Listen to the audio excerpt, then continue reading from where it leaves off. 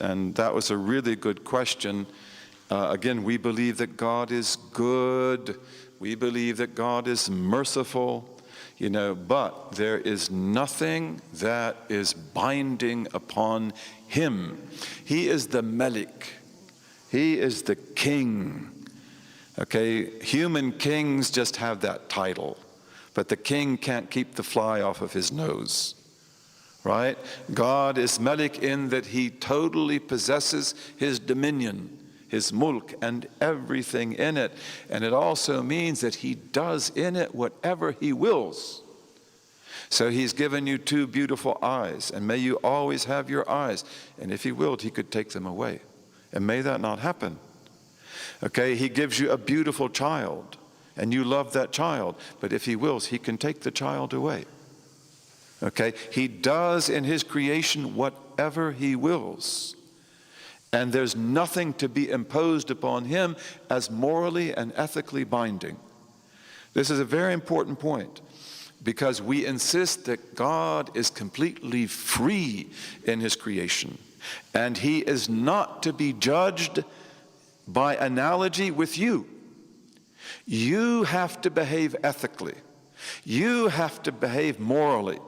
You have limits in which you have to work, right? You have to do good. You have to strive not to do evil.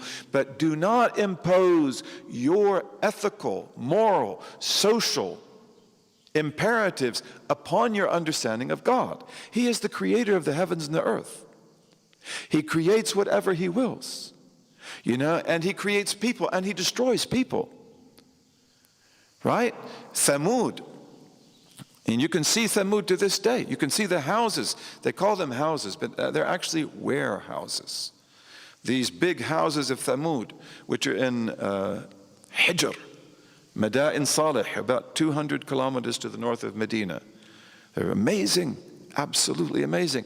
They are actually storehouses, because they had big doors on them like this door. They have big hinges for those doors, because Thamud were a trading people.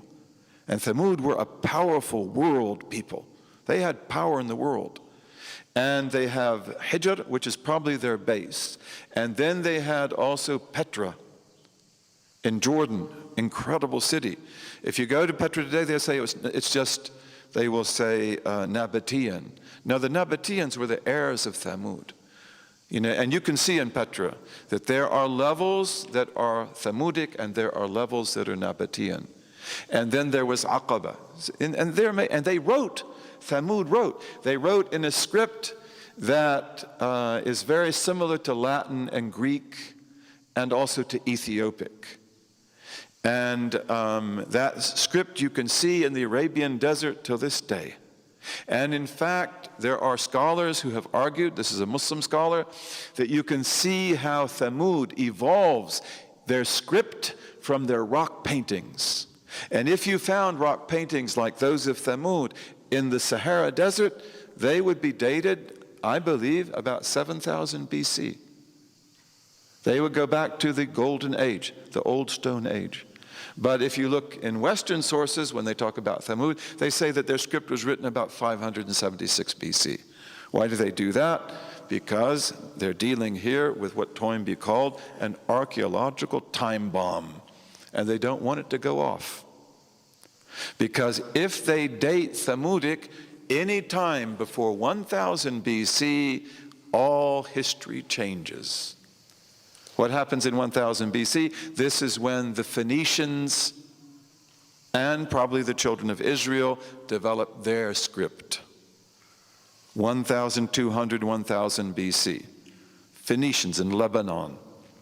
And also the children of Israel, Solomon. This is the time of Solomon. Okay, so if you put Thamudic before that, we have to change all of our history books.